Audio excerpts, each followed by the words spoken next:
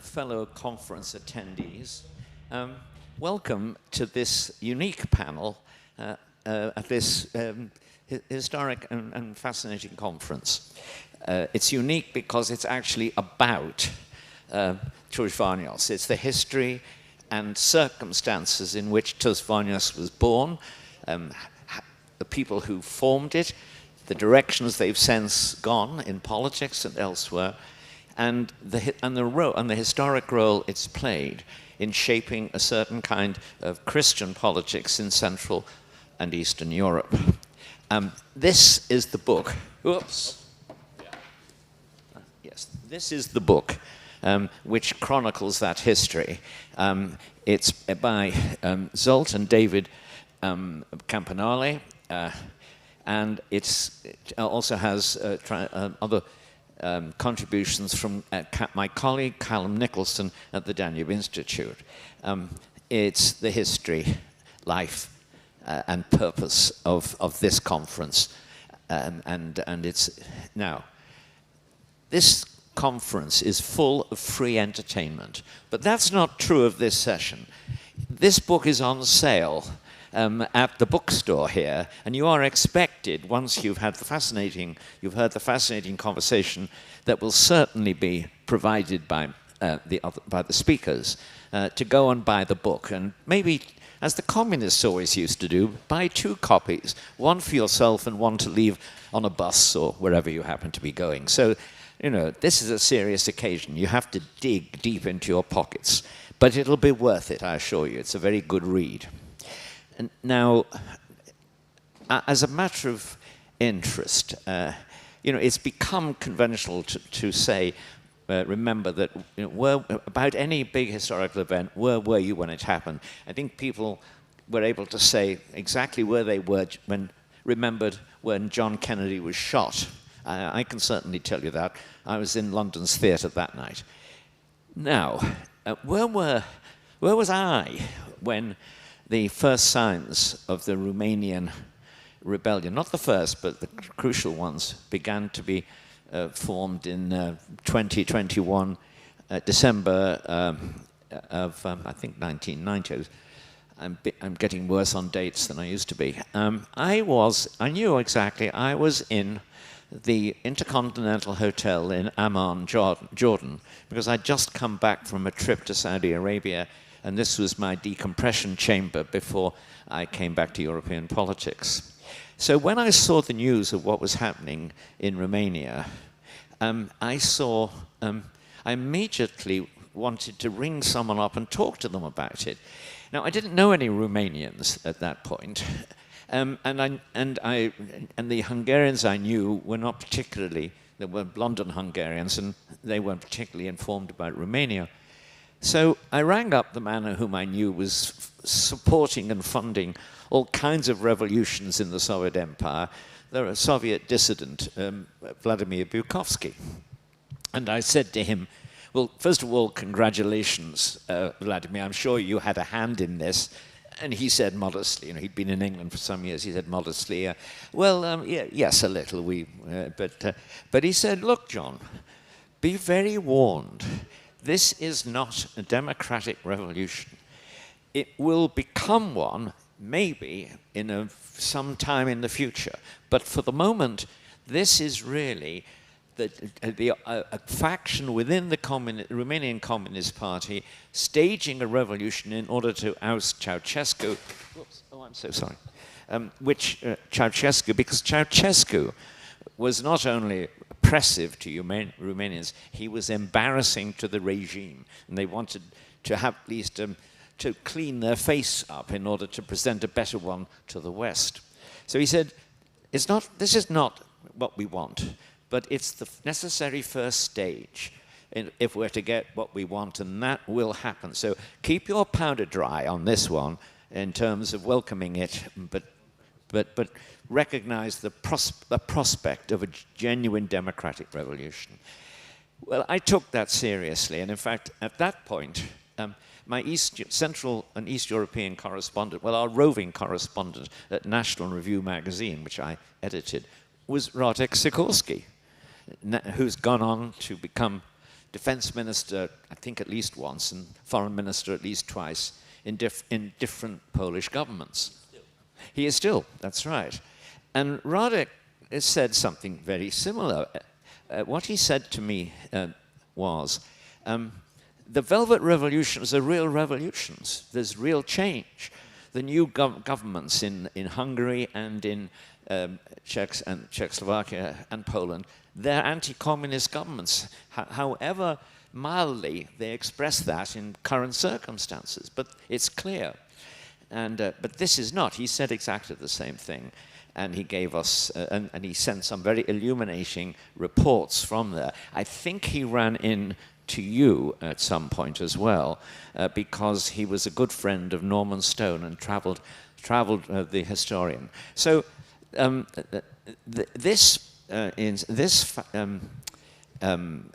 never know quite the right, but this festival, because it is a festival of ideas, this festival is deeply bound up with the progress of the Romanian Revolution, a gradual sidestepping, one step forward, two steps forward, one step back, which has continued, and we now live obviously in all of these countries as democratic countries, although, as we see in various ways, I would like to teach some of the governments better democratic manners. I don't really think raiding the television station and closing it down for a half an hour or a day or a week is a good way of transforming society in the direction of greater outspokenness, debate, discussion, and so on. However, I'll pass over that and say that we have the people here who founded this organization, saw the opportunities, and they were united, of course, by the kind of emotions and ideas that motivated almost everybody else at the time, namely a desire for a genuine democracy and for genuine free speech, open debate, open inquiry, and freedom of association, all the things which are the lifeblood of everyday democracy. But they were united as well by something else. Now, I will leave it to both Zsolt and David, who were there, to explain exactly what that was. All I will say here is they detected in the Western Europe, to which this part of the world then had a kind of ambition of becoming like, they detected an anomie and a spiritual emptiness, which was a very real problem. I mean, I had a dim idea of it, and I wrote to the Viennese philosopher, I'm trying to think of his name, who invented the philosophy that what ails man more than a hunger for food or a hunger for sex or a hunger for anything else is a hunger for meaning. And I remember writing to him saying, would you write an article saying what will be the impact on Central and Eastern Europe when they become part of the West and they discovered that liberty, which they've now got, really opens onto another big question. How are you going to use your liberty? To what purpose? And that was a question to which people in the West were, so to speak, gradually becoming deaf or blind. I don't entirely agree with David. I'm a Thatcherite, by the way. I work for Mrs. Thatcher. I don't entirely agree with your diagnosis of the condition of England under Mrs. Thatcher, but we can discuss that on another occasion. But I feel bound to make that point.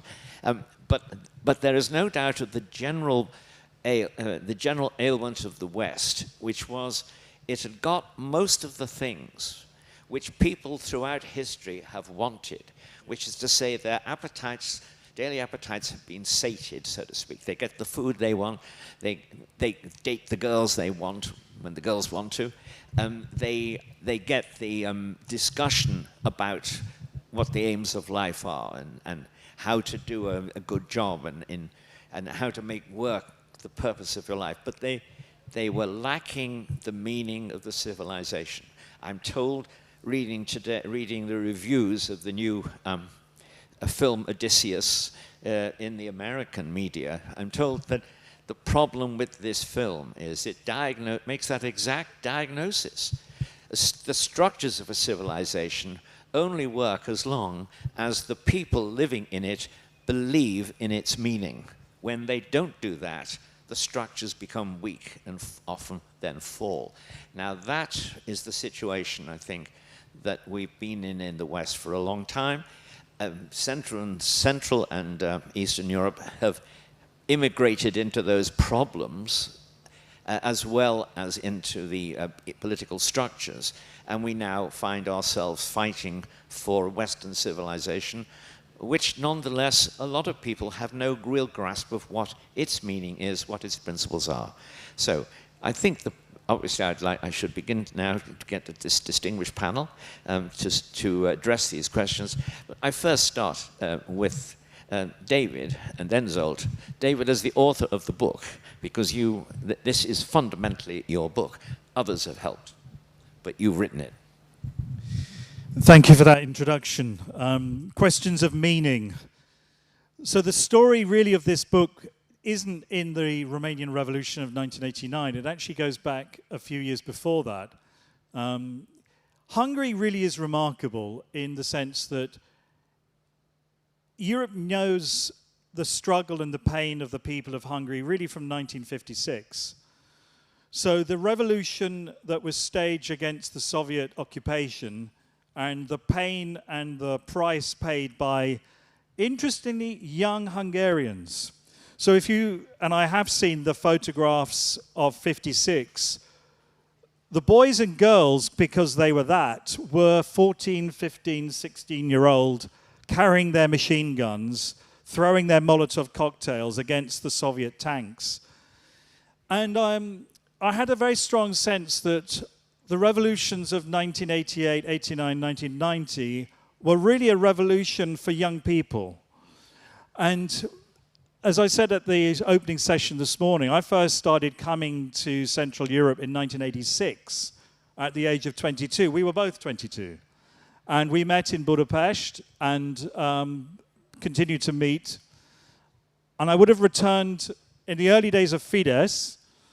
And the book actually goes in to explain those very first collaborations.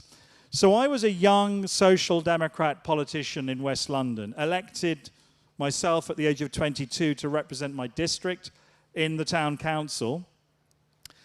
And as such, I was looking with interest at what was happening in Central Europe, primarily as a Christian, believing that the gospel message of hope didn't just apply to individuals, but could also shape nations as well.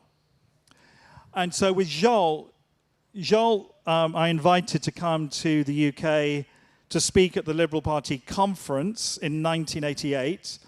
And he was a keynote speaker at a session called Transylvania and the Crisis in Central European Nationalism. So we were in England already talking about Transylvania in 1988, right, focusing on minority rights, the position of the Hungarian minority. I thought that it was such an unusual title that nobody would want to come to visit this panel session, so a fringe meeting. So with the chairman of the Young Liberal Democrats, we ordered lots of Hungarian wine to make sure that anyone who came to the session would at least get a glass of Hungarian wine. And to our surprise, this fringe meeting was packed. You couldn't get in. Zsolt was the star speaker on his way for his Oxford scholarship, sponsored by that wonderful man, Mr. Soros, who has been so generous to the history of the Hungarian modern revolution. So the story really of Tusványos began with these exchanges between Hungary and England, me visiting and speaking at the Fidesz Congress of 1988, being invited to come back in 1989 to speak to the Congress, and sharing very similar ideas. And the ideas primarily were about, and I think it's a wonderful privilege to be alive at this time, if you're going to start a culture or a civilization from scratch, what are the foundational values to build a civilization? So in our dialogue together, we asked that question. So if you read the book, you will see some of what we felt to be the answers. And I'll be unashamed in saying that I thought that they could be found with a rediscovery of a Christian vision for a political order. And it rests on the Christian conviction that God isn't, as it were, if you can imagine him in a theater, God doesn't sit in the audience watching the stage of human events. We mustn't see politics like that. For Christ isn't in the audience watching, he himself is on the stage, acting and responding to the interchanges of the people on the stage of human history. So what I try to describe in this book is some of the evidence for us. Sometimes we begin to see glimpses of how God intervenes in a human civilization and points us in the right direction. So I hope that you'll be intrigued by some of those ideas. Interestingly for me, those civilizational questions that John has just alluded to, you have, in East Central Europe, having decided to pursue a Christian renewal of some aspects of your civilization, in the West, we too have to ask ourselves these fundamental questions. On which foundation do we build liberty? And my conviction, I hope it comes through in the book, is that freedom and liberty rest upon a foundation of a Christian assumption or worldview. And that if you knock aside the Christian foundation, fundamental liberties quickly fall away, and then we become subject to all kinds of oppressive and exploitative ideologies. So it's a story based on the revolution in Hungary, of friendship, of solidarity, and then in turn the events of December 1989. And essentially the Tusványos is a moment to celebrate and remind ourselves. Christianity, like Judaism, is a memory religion. The Passover is a remembrance of the escape of the Jews from Egypt. The Eucharist, the Mass, the celebration of communion is, again, a celebration of the death and resurrection of Christ.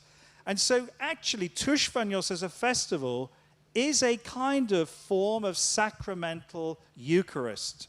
We share together in communion of ideas and fellowship in order that we might impart something of God's grace and wisdom to each other. So I come to Tusványos almost as if it's a holy moment of learning from one another, of inspiring one another, of rebuking one another when we step out of line. And in that sense, I'm always excited to come here. I'm always intrigued by what new thing might I learn, and how can we encourage each other in the pursuit of the renewal of our current generation on a Christian worldview. So that would be in summary what I think the book is about. Thank you very much indeed, David.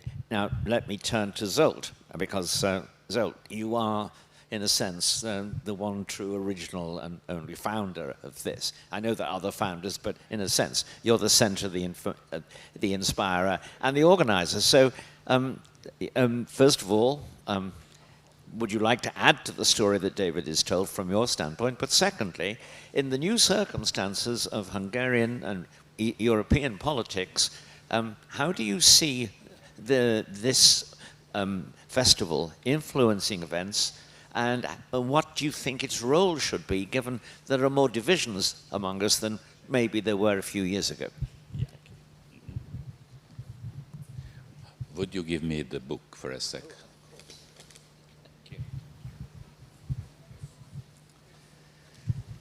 Seeding Democracy in the Wake of Communism. Ez a könyv, amiről beszélgetünk. Whoever needs interpretation, there is a possibility to acquire some earphones outside. és magyarul folytatnám. Tehát ez a könyv, ez David tollából született meg, és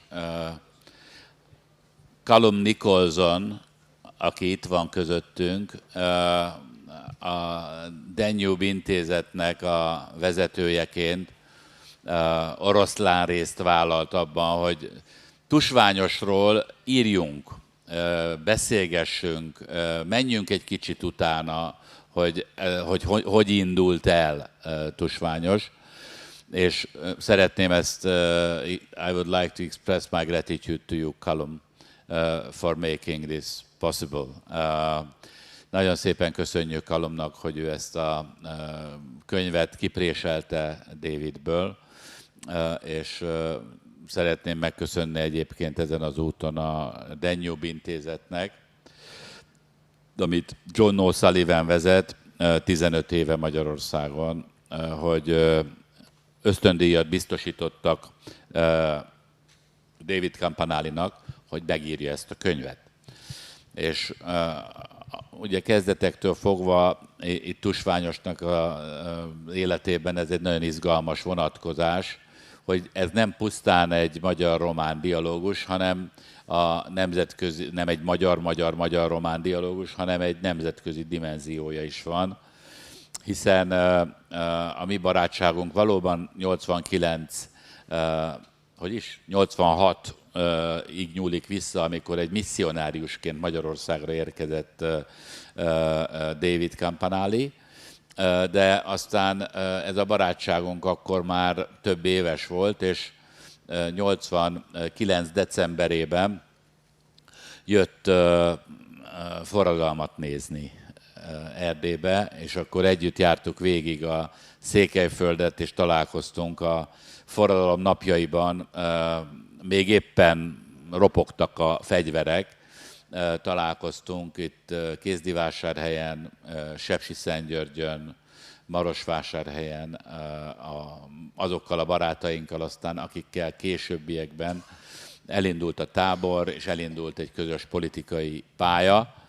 Nagyon izgalmas ez a hatás, ez az interakció, ahogy ez a brit elem belekerült ebbe, és hát ugye az, hogy most itt 20 brit képviselő és szakértő és közéleti ember van, persze John O'Sullivannek a vezetésével, ez is közvetlenül összefügg ezzel a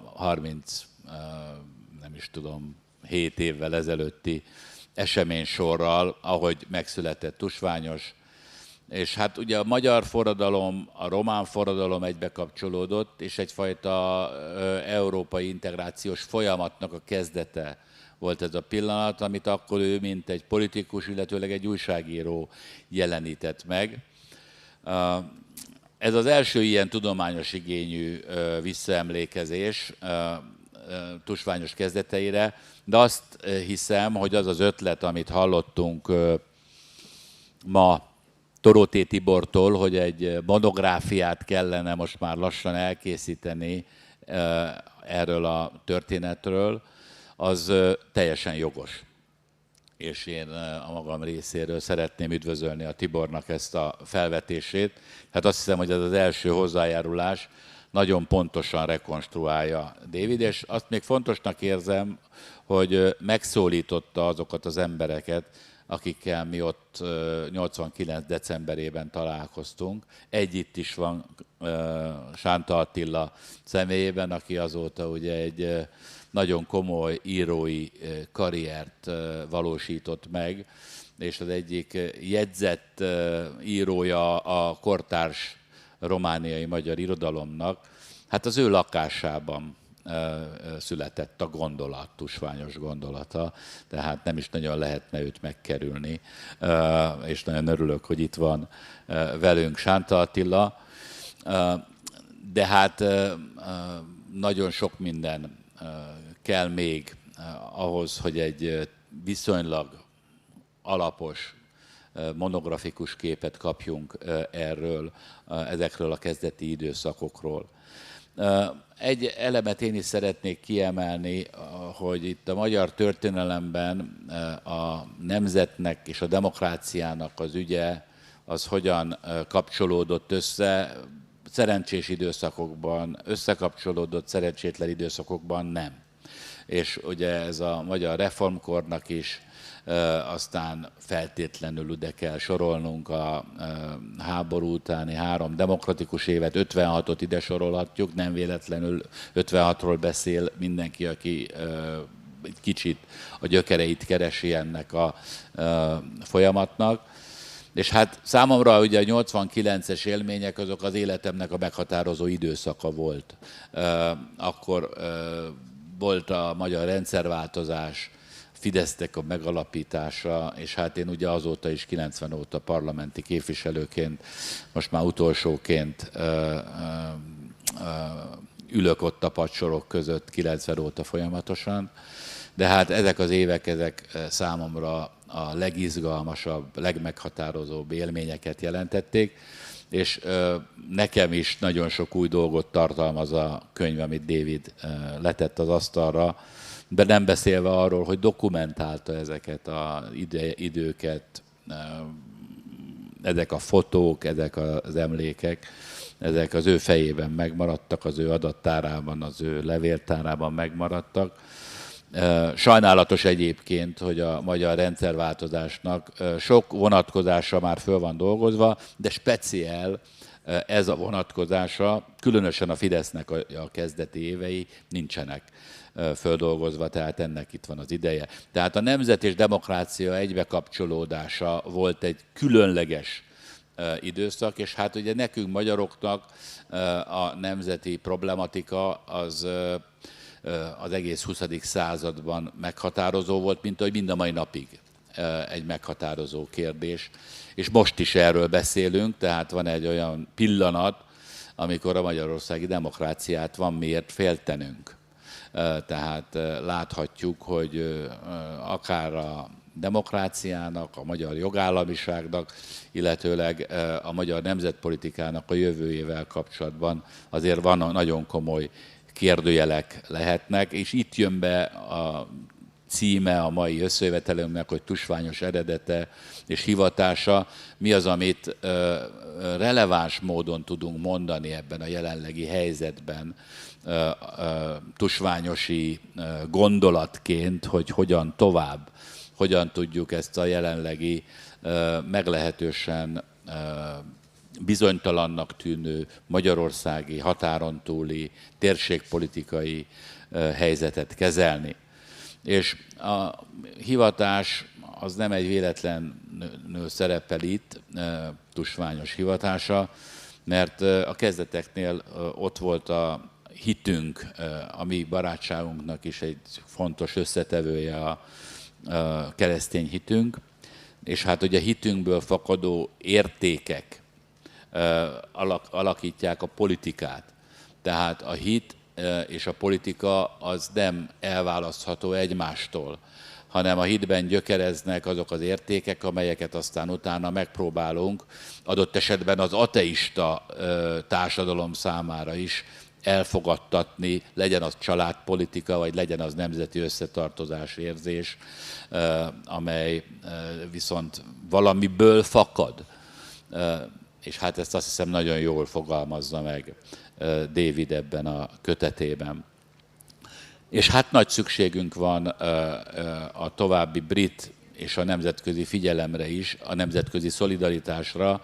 Az elmúlt években elindult nem csak Tusványos, hanem a Nemzeti Konzervatív Konferencia, a Danube Intézet, az ARC Nagy-Britanniában, tehát egy olyan globális, konzervatív reneszánsznak vagyunk a szemtanúi, majd talán az egyik panelben holnap még beszélgetünk erről, hiszen a európai kitekintéssel is elindult egy fontos szerveződés, a patrióta mozgalom, és a patrióta mozgalomnak a konzervatív mozgalommal való együttműködése, amely ezt a fajta konzervatív forradalmat vagy reneszánszt tükrözi, és úgy tudom, hogy John O'Sullivan is most egy új intézménynek az alapításának a folyamatában van, amikor is a Reagan-Thatcher intézetet létre fogják hozni, és a Reagan-Thatcher intézet az angol száz világban próbálja meg ezt a fajta konzervatív reneszánszt a saját eszközeivel elősegíteni. Ha nem tudunk egymás iránt szolidaritást mutatni, akkor ez a folyamat nem fog tudni kibontakozni. Viszont, hogyha szolidaritást tudunk egymás iránt mutatni, akkor azt gondolom, hogy az a fajta csendes többség, amelyik a nyugati világban hitem szerint így gondolkodik, az meg fogja tudni mutatni magát. És ez itt egy nagyon nagy kérdés, hogy az elkövetkezendő időszakban milyen szerepünk lehet nekünk Tusványosnak ebben, és hogyan fog haladni a nyugati világban ez a folyamat. Köszönöm szépen a figyelmet. Thank you.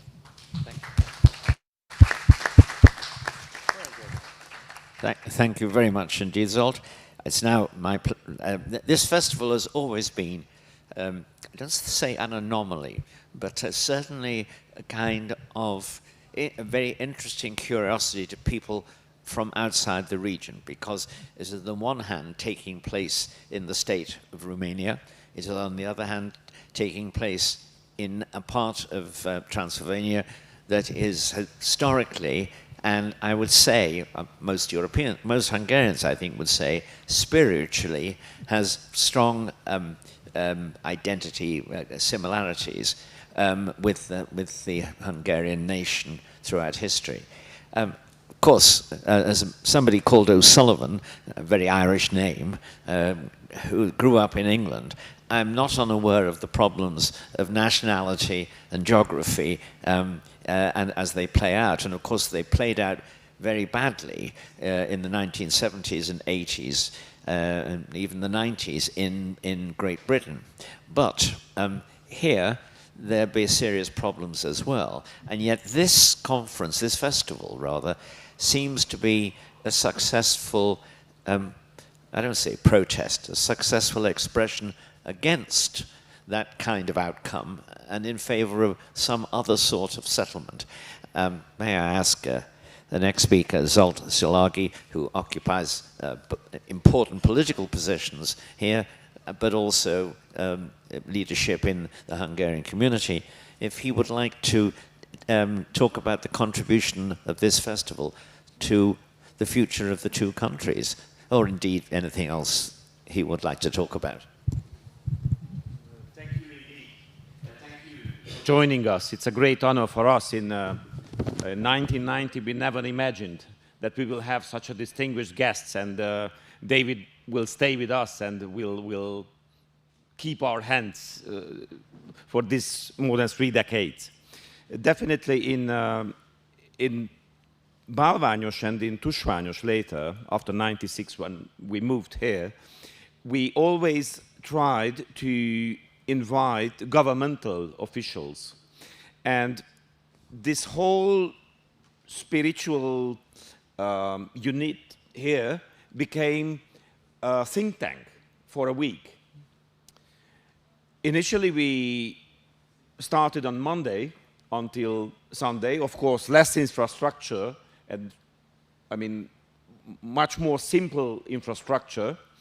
And we were very proud that we were able to launch ideas which were able to influence the bilateral relationship between the countries and to influence the Romanian politics. To have a Transylvanian highway in northern Transylvania was launched here, exactly here, like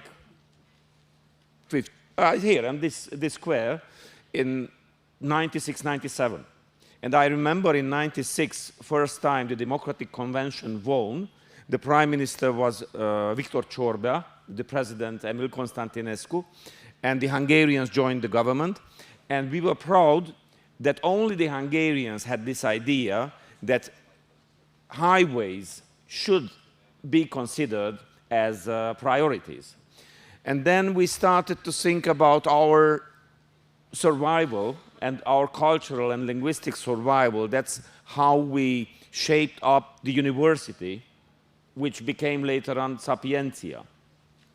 And of course, it is a project of the Hungarians and the Hungarian government, but I consider a shame for the Romanian government that it is not a by-governmental project, so they pay nothing in this university, although we live here and we study here and we pay tax and we respect the laws here in Romania.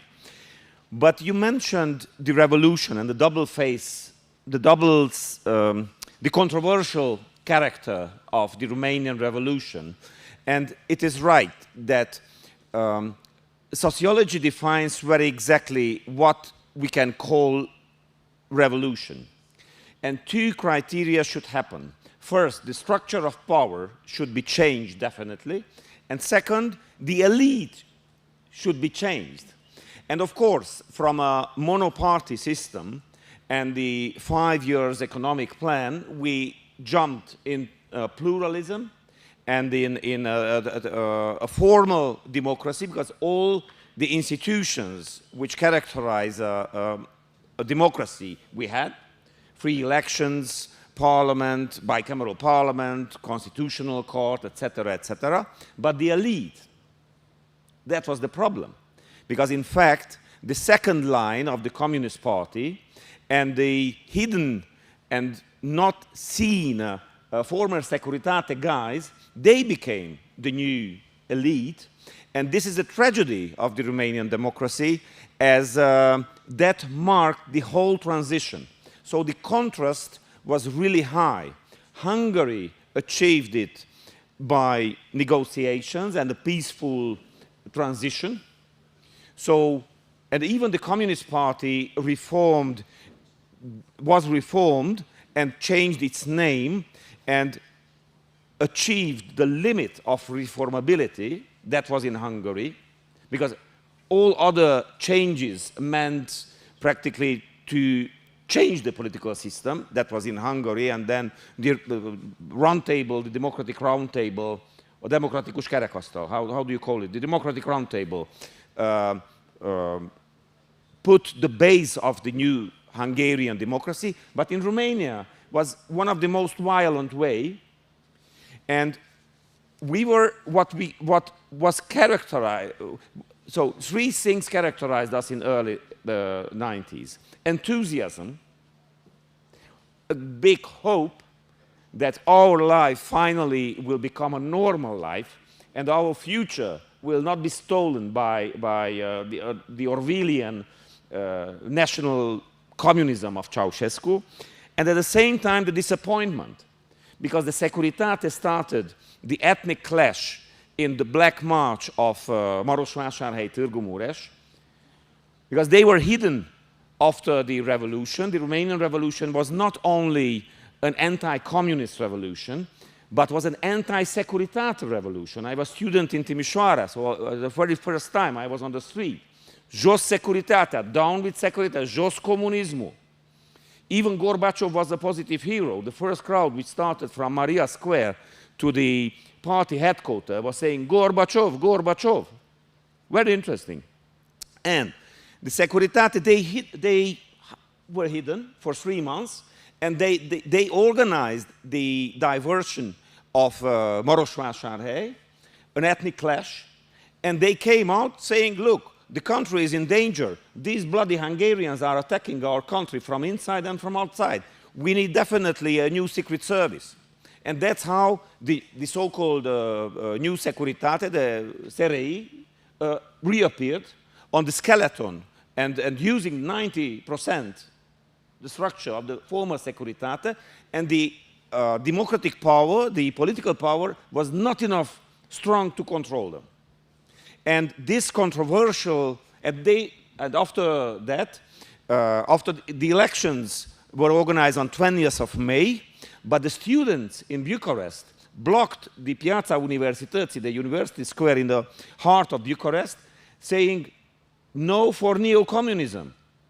And they went there by tents, etc. And of course, Iliescu and the others, they organized a very smart but Bolshevik scenario to bring the workers, those who are really working, not only discussing and saying, the miners. And it was a pogrom for 3 days.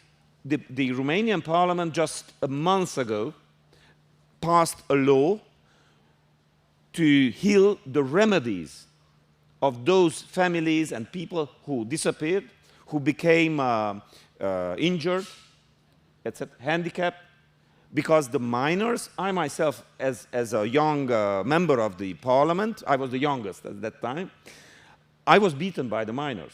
But without the ID of the membership in the parliament, I would be killed. So I was lucky from this point of view, but I was beaten by miners. I checked their hands. But they were guided by Secret Service guys holding the flower of the Social Democratic Party. So they appeared, they showed their ID, and the miners started to beat us. So these two scenarios practically were shaped up in the same room, I think, or the same circle, as the circle which took the power in 89 December. My saying is, and I will end with this, the theory of the provoked and controlled conflict, social conflict. So this is the whole story about the terrorists, the so-called terrorists in 89 December, the Hungarians in March, and the bloody students, the Golans, the, how do you say, the Csavargos, the, sorry? The vagabonds, yeah, that was the word. So they are the enemies of the societies, the Bolshevik dialectica, that you should point who is the enemy of the society, and the normal average people should punish them. And the new power remained clean, with clean hands, and practically in this 6 months, it was a trauma, because all the democratic hope and all the hopes that we will become a normal country disappeared.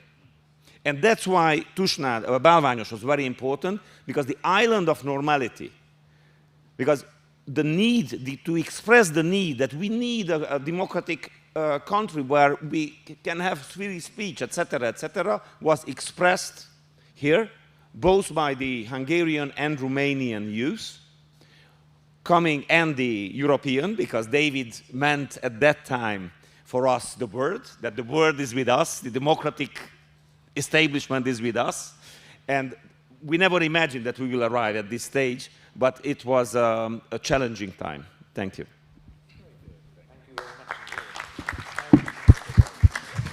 You know, it's every one of the Velvet Revolutions was different in the way it developed, but your account of the situation here reminds me that obviously from the standpoint of the Soviet Union and the Kremlin, the Velvet Revolutions were something that was designed to create Gorbachevism everywhere that went wrong.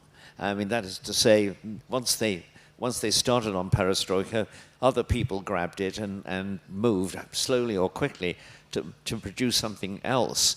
In the case of the Czechs and the Slovaks, Gorbachev's roommate, you may remember, at college, was someone was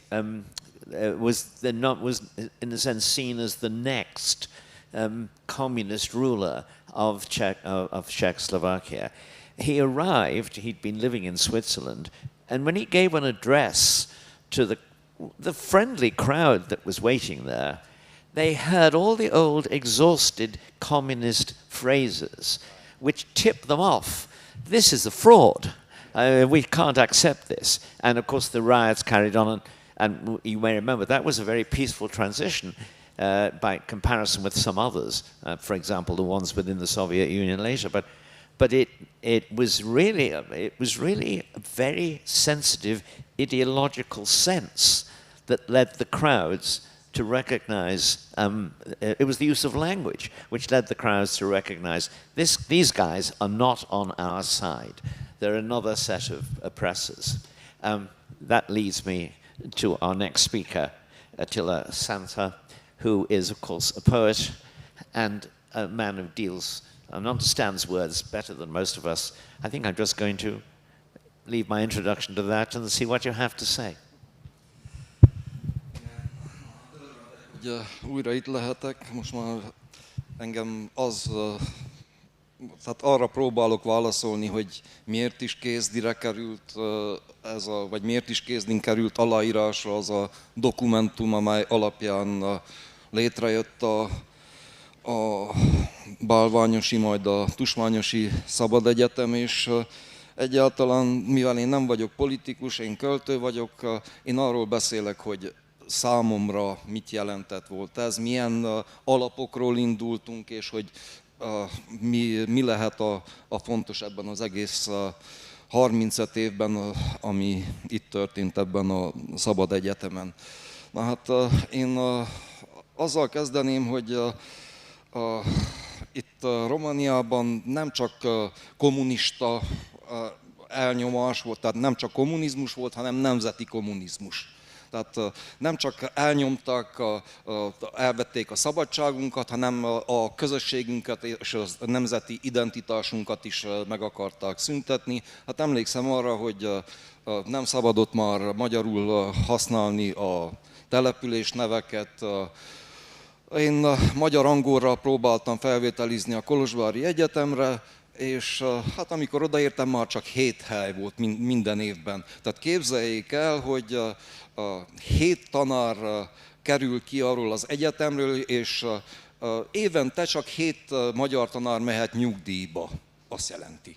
Na hát ez nyilván nem, tehát ekkora ilyen 1,5 milliós közösség esetében nulla. A cél az volt, hogy 7 tanár az be tudja tölteni a magyar közösség összes szükségletét. Tehát, hogy minél kevesebb magyar iskola legyen.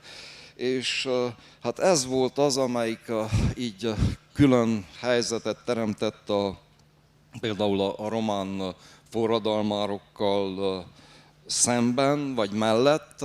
Tehát ők egyszerűen a szabadságot próbálták visszaszerezni, mi pedig a szabadságot és a nemzeti közösségünknek az elismertetését. És hát ez egy elég érdekes helyzet volt, mert megtörténik a forradalom, 24-e, 25-e körül Szentgyörgyön összehívtak egy ilyen, tehát a frissen alakult ifjúsági szervezetek összehívtak egy ilyen tanácskozást, ahol meglepően sok román volt Kovászna megyéhez képest, és mind arról volt szó, hogy hát fogjunk össze és csináljuk közösen. De hát mondjuk, hogy ti fogtok támogatni minket abban, hogyha mi külön magyar jogokat kérjük azt, hogy magyarul beszélhessünk például ezen a tanácskozáson, és ti nem biztos, hogy értitek? Na hát akkor mondták, hogy hát akkor lehet, hogy mégis jobb, hogyha külön kezdünk el dolgozni, és hát ez is történt. Tényleg arra volt szükség, hogy a magyarok és a magyarok megfogalmazzák először is a követelményeiket, a követeléseiket, a románok pedig, hogy lassan-lassan elfogadják. Hogyha nincsenek megfogalmazva az álláspontok, akkor nincsen, ahogy közeledni egymáshoz. És hát azt hiszem, ott volt a Zsolt és David is ezen a Szentgyörgyi ülésen, és hát amikor látták, hogy ezt a kézdíjak mi eléggé forszírozzuk, hogy ezek a gondolatok legyenek jelen, akkor feljöttek kézdire, és akkor történt volt, hogy egy idő után ittunk, és egyre többet ittunk, és aztán valakinek, azt hiszem, hogy Davidnek éjszaka 3 felé, mikor már a bor is teljesen elfogyott, és csupán az Otet nevű bormárka maradt, és igen, ecet, azt próbáltuk meginni. Na hát akkor jött David ezzel az ötlettel, hogy csináljunk egy szabad egyetemet, és hát nyilván abban a pillanatban úgy éreztük, hogy hát mi mindenre képesek vagyunk. És hát ez meg is történt volt. Egyébként még visszatérnék egy dologra, hogy mi is volt fontos nekünk. Tehát nyilván a szabadság. Ennél nagyobb Tehát ennél fontosabb dolog nem létezhet. Ugyanakkor a közösség. Emlékszem, hogy én ott 21-22-én ott mentem Szentgyörgyön, Kézdin, nagy forradalom, mindenféle, otthon sem aludtam, és valamikor 23-án hazakerültem a szüleimhez, mert én 21 éves voltam, és még otthon laktam, és hazamegyek, és az ágyra ki van terítve egy 2x3 méteres magyar zászló, amelyiken azt írja, hogy a csernátoni frontharcosok 1916-18.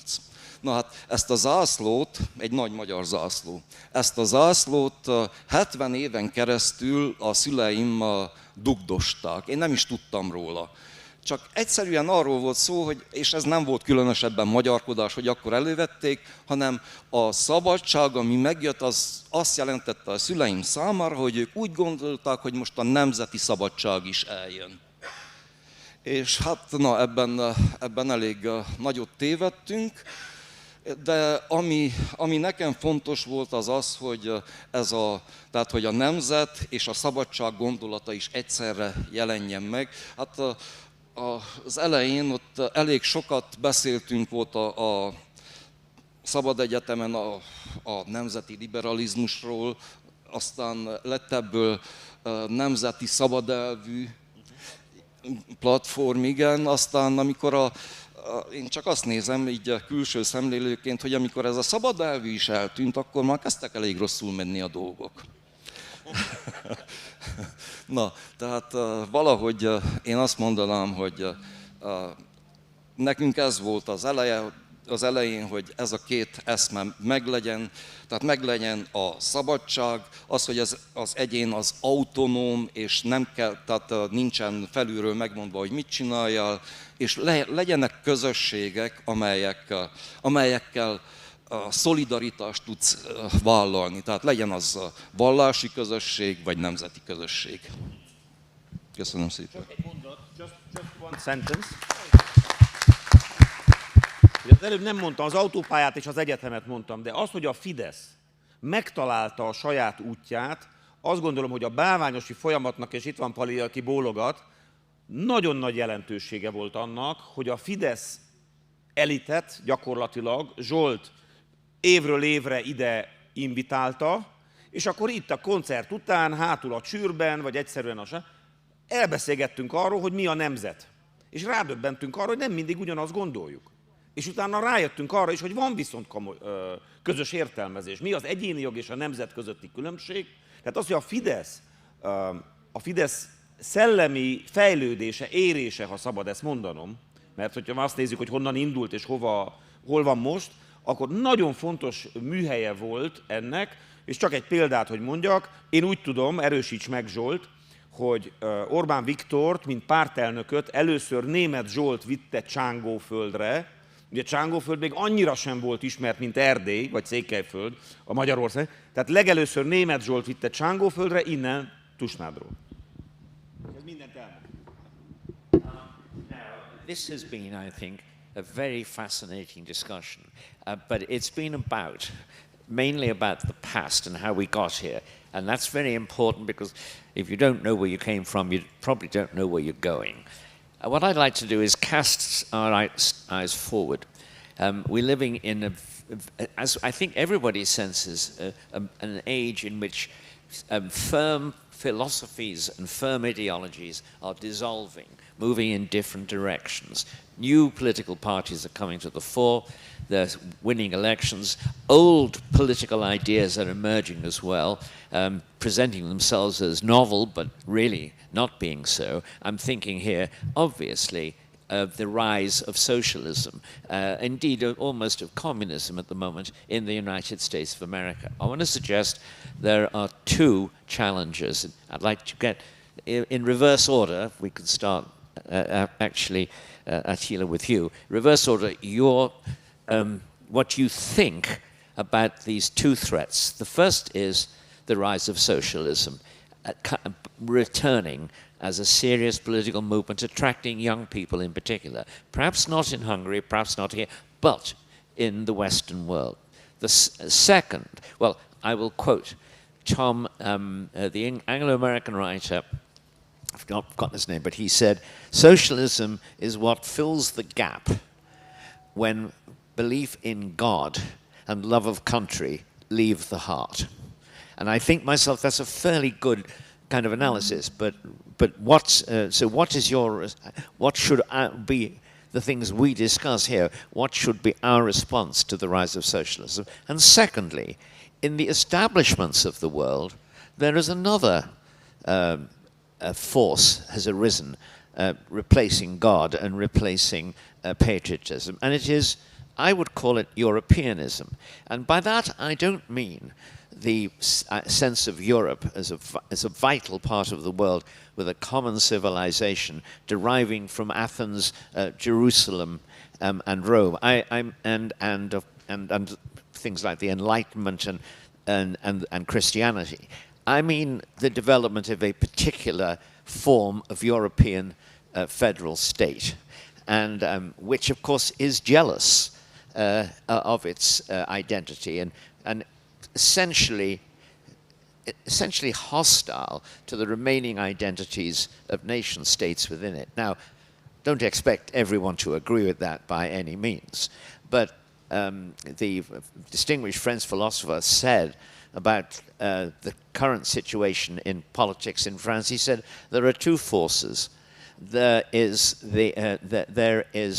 an angry establishment, which, in the case of the left, has abandoned unions for Europe, the labor unions for Europe, and in the case of the right, has abandoned nationalism for Europe, and both of them, and those establishments are now facing their own electorate, and their doctrine is that of Europe and of European federalism, and their populations have not yet signed on to this, but find themselves living in states which move in that direction. So, how do you think we should be looking at the rise of socialism and the rise of Europe? Well, I will say Europeanism, which is a fairly neutral term.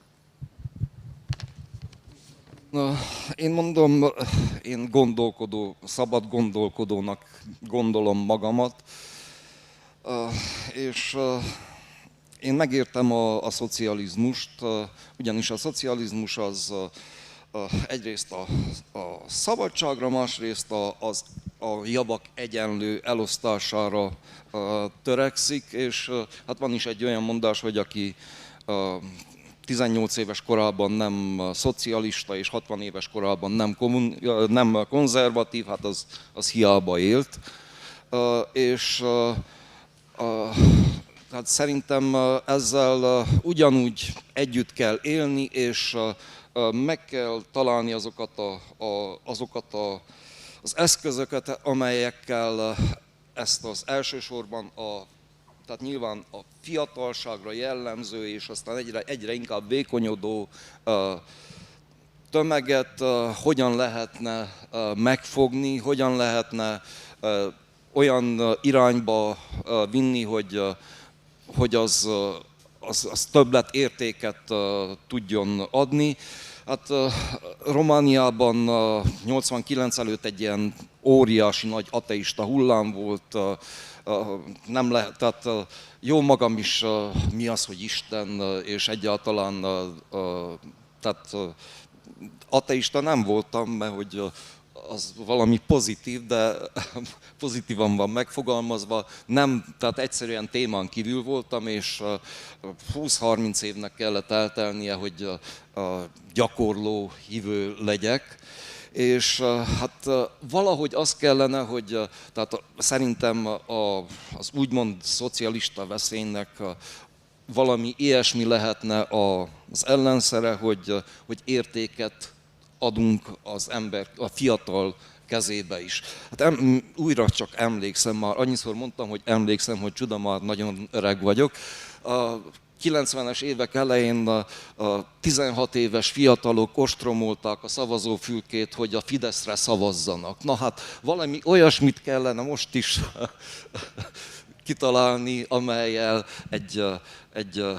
nemzeti, konzervatív, vallási értékeket felmutató párt megszólítja ezeket a fiatalokat. Tudom, hogy nehéz, de hát meg kell próbálni.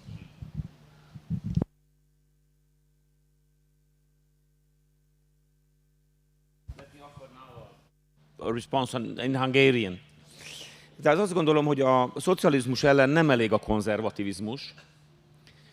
Tehát nem csak egy ideológiai tisztázásról beszélünk. Azok a nemzetek, azok az országok, amelyek átmentek a 20. századot sújtó két legtragikusabb diktatúrán, tehát a nácizmuson és a kommunizmuson, na ők tudják pontosan elmondani, hogy hova fejlődhet a szocializmus.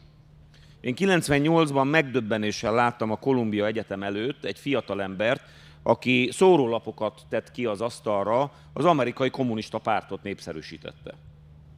És megkérdeztem tőle, hogy te tudatában vagy, hogy mit csinálsz? És akkor fél órát beszélgettünk, de nem sikerült megváltoztatnom. Vagy amikor azt látja az ember, hogy Nyugat-Európa állandóan elítéli a szélső jobbot, de nem férnek a szélső baltól. Brüsszelben mind a mai napig nincs egy olyan emlékmű, amelyik a totalitarizmusok áldozatainak állít emléket. Nincs ilyen.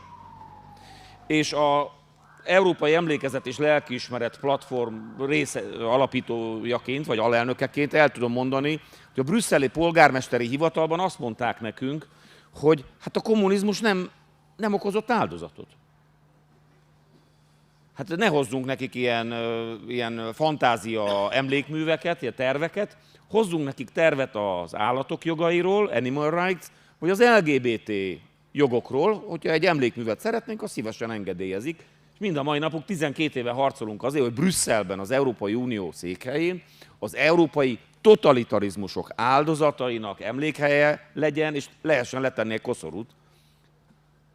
Hát abszurd, tehát akármennyire dicsekszik az Európai Unió, ezeket az alapvető kérdéseket nem rendezte el. Tehát az európaizmus, és ez a válaszom a második kérdésre, csak akkor lehet hiteles, ha figyelembe veszi azt, hogy Közép-Kelet-Európa történelme is Európa történelme, és az, hogy a vasfüggöny tulajdonképpen évtizedekig árnyékba helyezett bennünket, akaratunkon kívül, ez nem szabad azt jelentse, hogy az új Európa is ilyen konstrukcióval kell tovább épüljön, apropó visegrádi együttműködés, Közép-Kelet-Európa.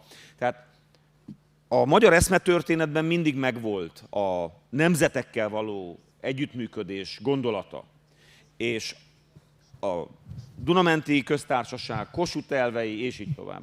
És az is világos, hogy keresztény alapon nagy koalíciók létrejöttek a történelem során Európában, de az a típusú intézményesülése a nemzeti kooperációnak, ami az elmúlt 100 évben kiépült a Nemzetek Szövetségének elindulása után, és az a típusú hatékonyság, amely a nemzetállami kompetenciákat is átveszi a kodifikáció és a normakontroll szintjén az Európai Unió, de akár a NATO közösségét is említhetnénk, EBESZ és így tovább, az példanélküli, és ez csak akkor lehet tartós, ha az államokra épül, mert ahogy a család biztosítja az egyén számára azt a típusú integrációt, amely a legnagyobb szabadságot és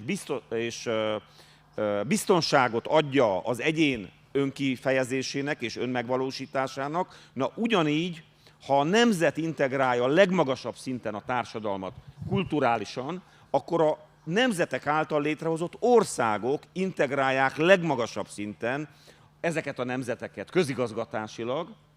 Tehát én erős országok nélkül nagyon nehézen tudok elképzelni erős Európát, és ezt a vitát Európának le kell folytatnia. Thank you very much indeed. David, I'll take you next because I think Zsolt should have the last word. Well, if you look at the European Union building in Strasbourg, some people say it looks quite similar to Bruegel's painting of Babylon, the Tower of Babel. Mystery Babylon. John's put the question in a kind of in a Christian context. What was the Tower of Babel? It was an attempt of humanity to overcome the risk of God's judgment by means of a flood. And I think that we need to understand that human systems tend towards seeking independence from the Almighty. And as such, it's not specifically and only a socialist problem. I think there are forms of free market capitalism that also could be based on human self-sufficiency and independence. We don't want to live in the world where the rich can exploit the poor and the strongest can do what they want regardless of the consequences for the most vulnerable. So for the Christian answering this question, we want to see a society or a political order or an economic system that has respect for the fundamental dignity of the person. I'm thinking specifically in terms of Catholic social thought, where the dignity of the person is absolutely central. So all forms of human ideology which dehumanize the self, the person made in the image of God, fall short. And the Christian has to be able to critique both forms of ideology. The word antichrist, the word ante in the Greek, doesn't mean necessarily against, it means instead of Christ. And I think there are human forms of ideology that want to replace our dependency as individuals on Christ, but also politically and economically as well. And that's quite a challenging idea. But if you think of that verse from the book of Isaiah that we often say at Advent, where it declares that when Messiah comes, the government shall be on his shoulder. The government shall be on his shoulder. And I think the best forms of government are not socialist or not capitalist, but ones which recognize that human existence is best done in terms of cooperation with the Almighty. So not instead of Christ, but with and alongside Christ. And it's that form of what I call the political humility of the state that is the best place for systems of government to exist. And we tend to see those in the free world, certainly not in the communist one, where there is a recognition that as humanity needs a living savior, both individually but also, and interestingly, economically and politically as well. Zsolt. I agree.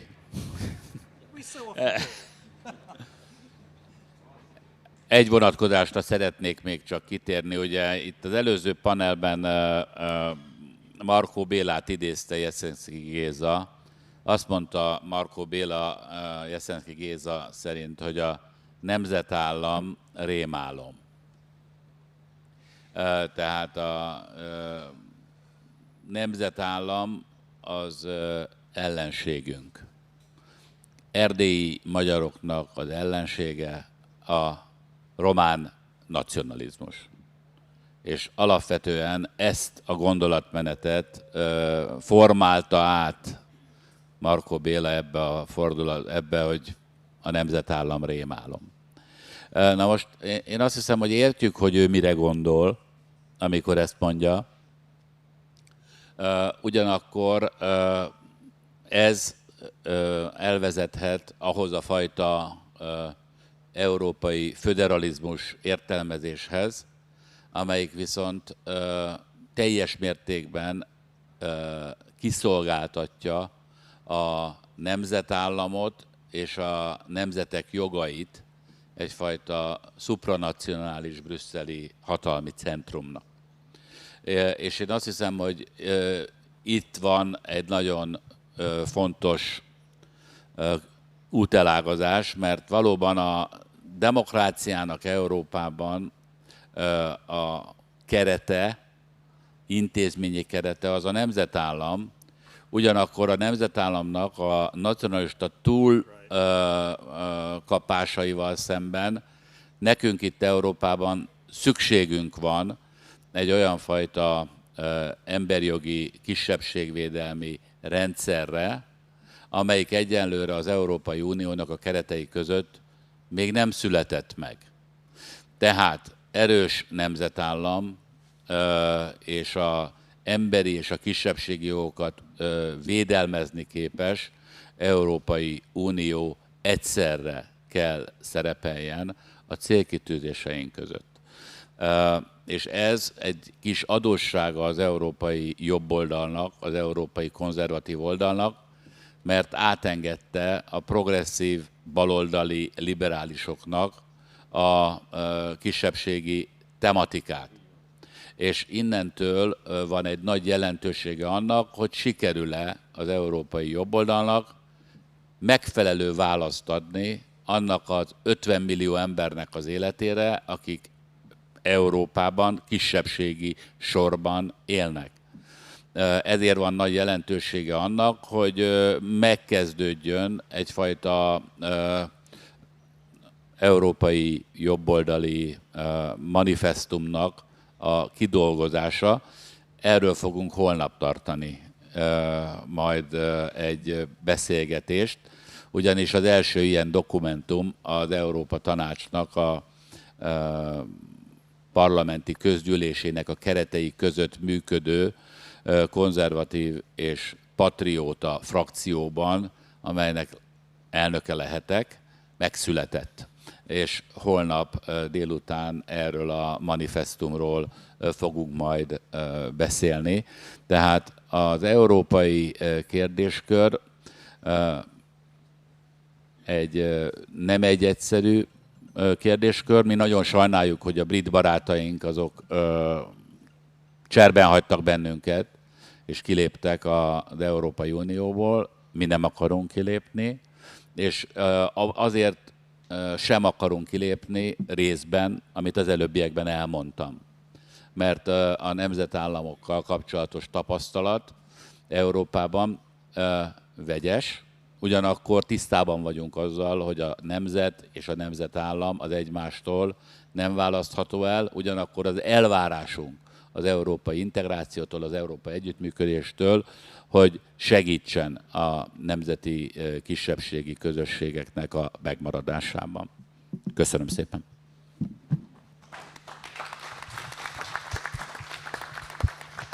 Well, we've had a real fiesta, a festival, an intellectual feast of ideas, arguments, historical speculations. I'd like to, since I am a Brexiteer, I suppose I should say that my own view is the argument we've just heard from you, Zsolt, seems to me to be an argument for a confederation rather than a federation, with which a lot of us Brexiteers would have been perfectly comfortable, but it wasn't on offer. Okay, well, let me say that, so we've had disagreements here, but they've been very civilized, handled in a very civilized way, and I don't see why that example shouldn't be one of the most important lessons we take from this particular event. And the second lesson that follows is, well, we should keep coming back here, right, and continue to discuss these questions. And finally, it's now your obligation to go and buy a copy of the book at the bookstore, and and then also to thank the four speakers, all of whom have given richly of their experience and ideas. Thank you very much, all indeed.